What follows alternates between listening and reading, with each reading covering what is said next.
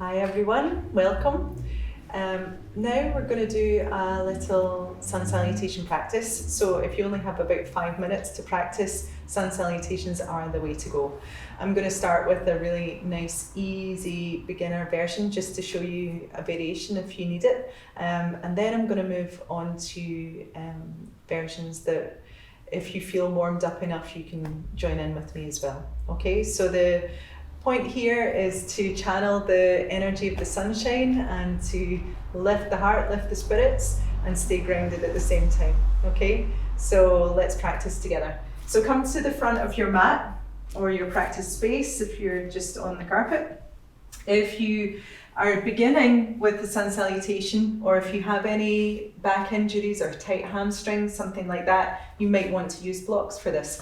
If you don't have blocks, then use a can or water bottles, anything that you have handy that's sturdy, maybe even the back of a couch if you're unable to fold forward so much. Okay, so coming to the front of your mat, you would come into equal standing pose. Bring the feet together, or they can be hip width, whatever is more comfortable for you in your knees and your hips, lower back. And just take a look down and see if you can spread the toes. So you want to animate the feet as best you can.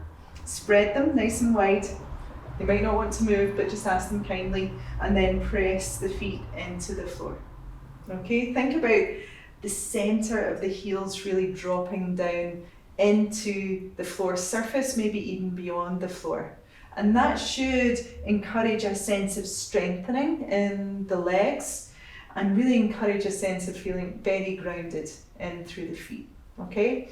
Now when you press down into the floor, there should be a nice rebound effect of the spine lifting up and the heart lifting, the chest opening, shoulders dropping. So let all of that happen.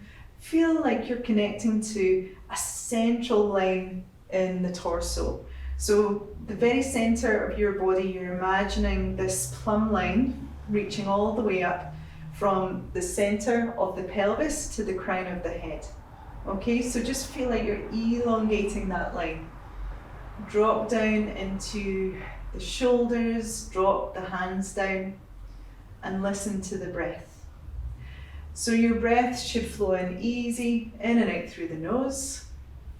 Make sure you're not locking the knees. Don't bend them a lot, but a little bend is fine. On your next breath in, we'll float the arms upwards, like you're giving somebody a big hug, someone much taller than you, a great big hug, and look up to the thumbs. And then exhale, sweep your arms wide if you can, if not you're just taking them forwards. Bend your knees and take the hands to your blocks, or if you can, to the floor. Now, you can bend your knees as much as you like. It does not matter if the legs are straight. So just connect to the ground or your support with a little bit of force, a little bit of energy down, and then let the head and neck release. Breathe deeply when you're in this position, Uttanasana, forward fold. Breathe nice and deeply, drawing in and up through the lower belly if you can. Through the pelvic floor, connect there. And then on your next breath in, send the heart forwards, your gaze up. Again, you might want to use your blocks for this, but your aim is to straighten the spine, the arms, and the legs, but again, without blocking anything. You're keeping a micro bend in your knees, or quite a significant bend. So keep breathing when you're here. Please don't hold the breath at any point. And then the next time you're ready to exhale, bend your knees deeply, send the blocks forwards, and just take the hands to the floor and step back into a plank position. So in this position, you're reaching the hands and the toes into the floor as you draw the front surface of the body away from your mat.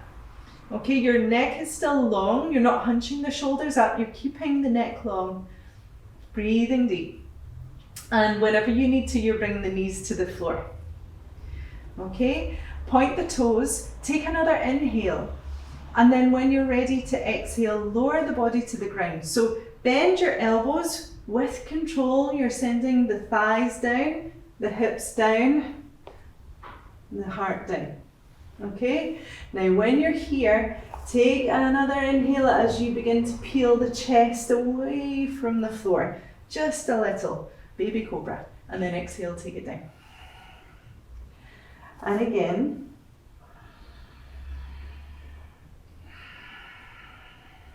Then if you're able, you can maybe take the hands back a little and rise up a bit higher. Maybe even the legs, the knees off the floor. And exhale, bring it all back down with control. Inhale, come up onto the hands and knees.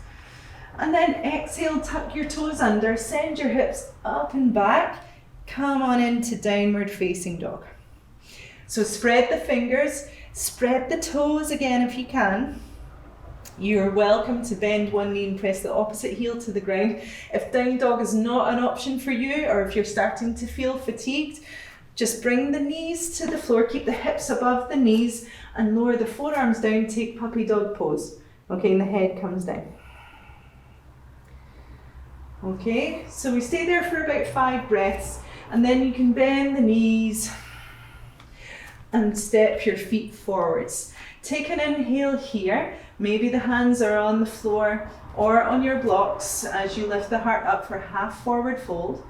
And then full forward fold again as you exhale. Bending the knees if you like.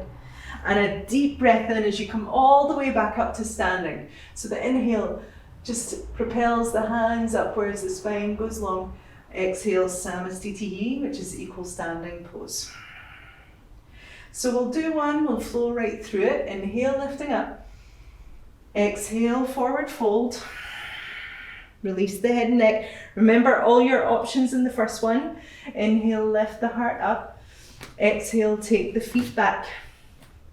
Inhale here, pressing the spine up towards the ceiling. Exhale, you might come to chaturanga. If you know that, do that. But otherwise, you bring the knees to the floor again. Inhale to lift to a cobra or maybe an up dog. And then exhale, this time we'll take the hips right up and back, coming into Adho Mukha Svanasana. Downward facing dog.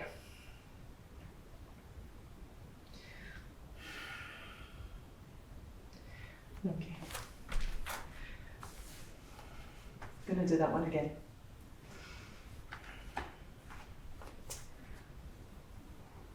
Okay, so for the next sun salutation, you can either repeat the variations that we did before, or you can just flow through it the way I'm going to demonstrate now. So samastitihi, equal standing pose, remembering the midline, remembering the breath. Your focus, where you're looking, is really important too. So look straight ahead. On your next breath in, float the arms up, looking upwards. And then exhale, forward fold. Bring the hands to the floor. Inhale, the heart floats up, pull the shoulder heads back. Exhale, come to plank pose. Then we'll take another inhale here. And then exhale, chaturanga, or the knees can come to the floor. You're hovering or coming all the way down. And then inhaling into a cobra or into up dog. And then exhale into down dog. Good. So settling into the pose, your main aim is to really lengthen through the spine and open across the shoulders. There should be no hugging up with the shoulders to the ears. You're trying not to round the spine, you're lengthening the spine. It doesn't matter if the legs go long, you can bend the knees, or you can bend one knee pressing the opposite heel down. So steady breathing wherever you are. You can bring the feet together and you can step or jump the feet to the front, lifting the heart up, exhaling forward fold. Deep breath in as you come all the way up to rise, reaching upwards, and exhale. Grow the spine long, samastitihi, equal standing pose.